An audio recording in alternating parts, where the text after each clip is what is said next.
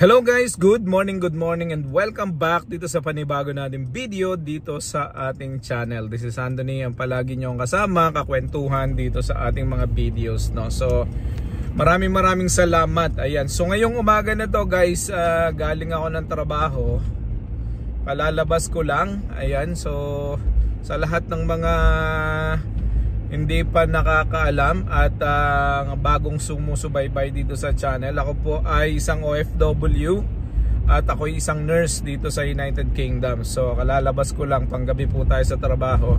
Medyo malamig ang panahon, 0 degrees ang temperature ngayong araw na to, 0 degree. Ayan, so but anyway, ang pag-uusapan natin ay tatlong reason bakit bumababa. Based on our experience, bakit bumababa yung production ng inyong mga manok. So sa totoo lang, ito yung mga constantly na nararanasan namin dito sa farm. So ang lahat ng yan pag-usapan natin pagkatapos lang ng maikling intro.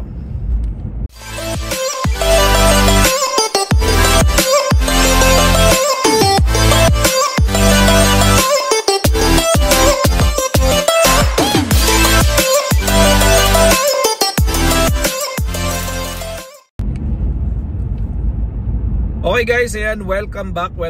Thank you so much for joining. Maraming salamat. Prosty tayo ngayon.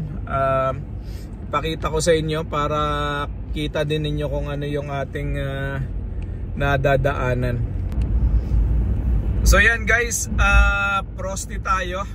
Kita nyo naman yung mga nasa gilid-gilid, medyo maputi kasi may yellow, may mga frost yung mga damo-damo at mga daan-daan. Kagabi nag-spray sila ng salt, naglatag sila ng salt sa mga kalsada. So kaya medyo malinis yung daan at hindi masyado madulas. Pero malamig ang panahon. Bagamat maganda at maaraw, medyo malamig yung ating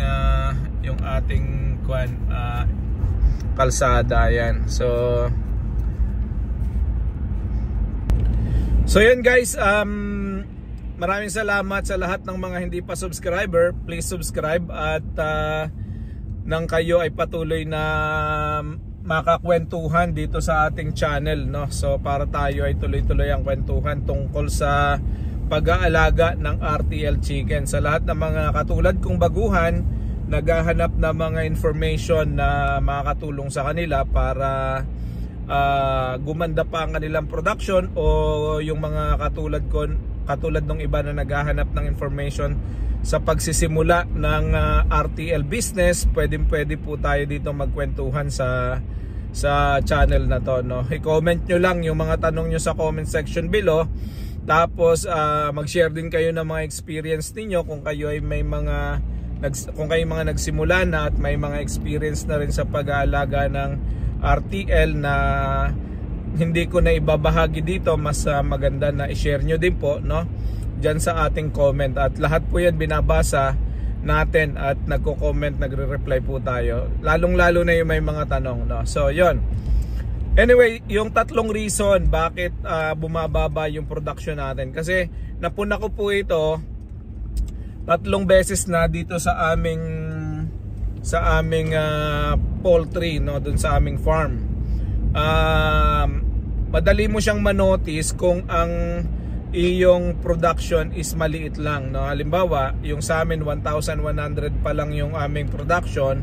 So alam namin agad kung gaano kalaki yung binababa ng production sa isang araw. Manonotice mo agad. So nung mga nakaraang mga buwan, mga 3 months before o 3 months ago, bumaba yung aming bagong mga RTL ng 3 tray. So nagpo-produce siya ng yung lahat ng production namin nagpo-produce ng 33 trays. So bumaba siya ng 30 trays, tapos bumaba ng pinakamababa is 29 trays. So syempre pag nakita mo na ganun na kabilis yung pagbaba, something is wrong, something is not right, no? So kailangan natin manotice agad, tapos pag na-notice natin, actionan agad natin kung ano yung posibleng pwedeng mangyari na pwede natin gawin para masolusyonan yung problema. Kasi pagbaba ng production, syempre pagbaba ng kita natin, at hindi pwedeng mag consistently na ganun ang mangyari. So ano yung mga unang reason na napuna namin na halos consistent dun sa mga previous na experience, no? So una is yung mga manok natin dapat talaga regular siya na pinupurga. Pag hindi mo siya pinurga ay bumababa talaga yung production. Subok na namin yon, no? So every 3 months kami ngayon nagpupurga. So dati kasi every 4 months, tapos inaabutan kami nung pagbaba ng itlog. So nagpurga kami 3 months ago, tumaas na ulit yung numbers ng itlog, tapos mga magpo-4 months na ngayon, biglang bumaba ulit yung production. So isa yun sa mga reasons, no?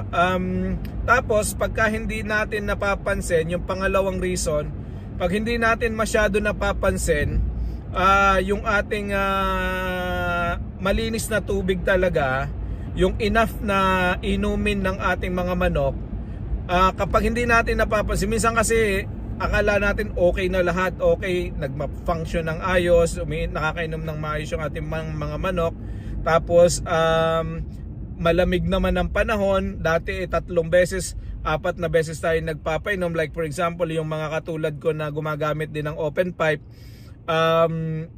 sasabihin natin 2 beses, 3 beses okay na pag malamig ang panahon. Pero hindi pala ganoon. Kailangan talaga consistent tayo na palagi tayo nagpapainom ng malinis na tubig, no? So kung hindi tayo nagpapainom regularly ng tama at consistent, malaking epekto nito sa ating mga manok sa pag-produce ng itlog.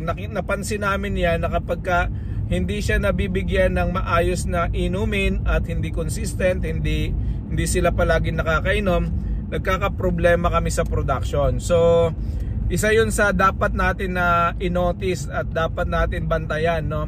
Ang mga manok natin kailangan talagang dapat rehydrated palagi. Kailangan niyan sa production ng mga itlog. So yun, una, dapat ay nagpupurga talaga tayo kasi maraming parasite ang ating mga manok. Kalawa, dapat regular yung pagpapainom talaga ng maayos na tubig. Kasi kung, yun nga sabi ko, minsan nagkakumpiyansa tayo na okay na, pero hindi pala nakakainom ng ayos yung ating mga manok. Or sometimes, yung mga tao natin, medyo nagkakaroon ng attitude na okay na yan, parang ganyan. Nagdi-drip away sila dun sa dapat na sistema, no? Lalong-lalo na kung hindi ka naka-automatic drinker, no? So yung iba naman naka-automatic drinker na, pero ubos na yung lalagyan ng tubig, hindi nire-replace, pinapainom lang kung kailan nila gustong painumin, lalong-lalo na kung hindi tayo nag-aalaga. Kung meron tayong katiwala, may nagbabantay sa ating mga manok. So palalahanan lang yung mga nag-aalaga at nagbabantay na dapat regular talaga yung pagpapainom ng maayos dun sa ating mga manok. Hindi pumapalya. Hindi pwedeng ngayon ay 2 beses lang, bukas ay 3 beses, sa isang araw ay 4. Dapat consistent, no? Dapat ay malinis at dapat ay sagana sa multivitamins, sa mga supplements, no? Dapat masisigla ang ating mga manok na kainom ng ayos at tama. Yung ikatlo, guys, ay napansin din namin na kapag sumusobra yung iyong pakain, kasi minsan sumusobra yung pakain, guys, hindi mo napapansin, sumusobra yung kain ng mga manok. Minsan may laman pa yung mga feeders natin, tapos hindi na uubos, hahaluin natin, tapos biglang lalagyan ulit natin, parang anong nangyayari siya, maghapon na siyang kumakain, ad libitum na yung pakain natin. So ang tendency niyan, tumataba ang ating manok, tumataas ang timbang, sumusobra sa 1.5 kilos, no? Kapag sumobra ang ating mga manok sa timbang sa 1.5 kilos, nagde-develop sila ng taba sa kanilang mga tiyan. Kapag meron sila niyan, nahihirapan silang mangitlog, no? So nahihirapan silang mangitlog. So ang tendency, bumababa din yung production ng itlog, no, ng kanilang ng ating mga manok. So napaka-importante na yung mga manok natin ay nasa saktong timbang lamang. So kapag sila ay nasa saktong timbang, like for example, dapat ang inyong manok ay tumitimbang lamang ng 1.2 to 1.5 kilos. Kapag pinataba nyo sila, hindi sila mangingitlog ng maayos, no?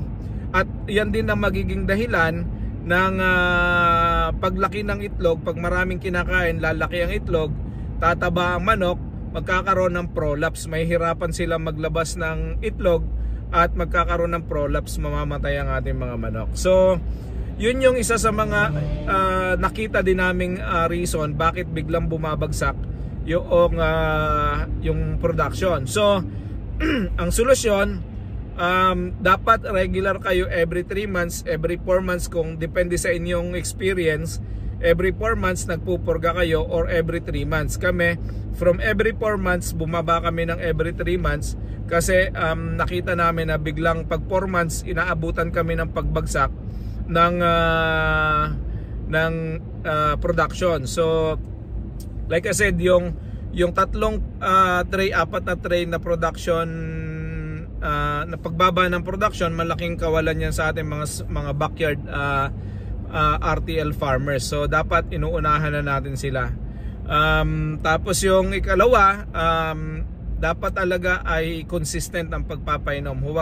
Huwag lilibanan, huwag hahayaan na hindi consistent yung pagpapainom ng malinis at maayos na tubig. At ikatlo, huwag natin patabain, huwag natin pakainin ng marami ang ating mga manok. So kung 110 lang yung pakain natin, huwag natin susobrahan, no? So kapag dinamihan natin ng pakain, malaki gastos natin. Ikalawa, hindi din beneficial sa ating mga manok. Hindi mga broiler yung ating mga manok, guys. Kaya kailangan bigyan natin ng pansin yung kanilang pagkain. So yun lang, guys, maraming salamat. God bless. At kung nakarating ka sa dulo ng video na to at nagustuhan mo to, please subscribe and share this video. I-comment mo rin kung saan ka dito, kung saan ka, kasi marami tayong mga viewers na FWs. Gusto natin malaman kung hanggang saan nakakarating yung ating mga video. Thank you so much. God bless, and see you all sa susunod nating upload. Bye bye.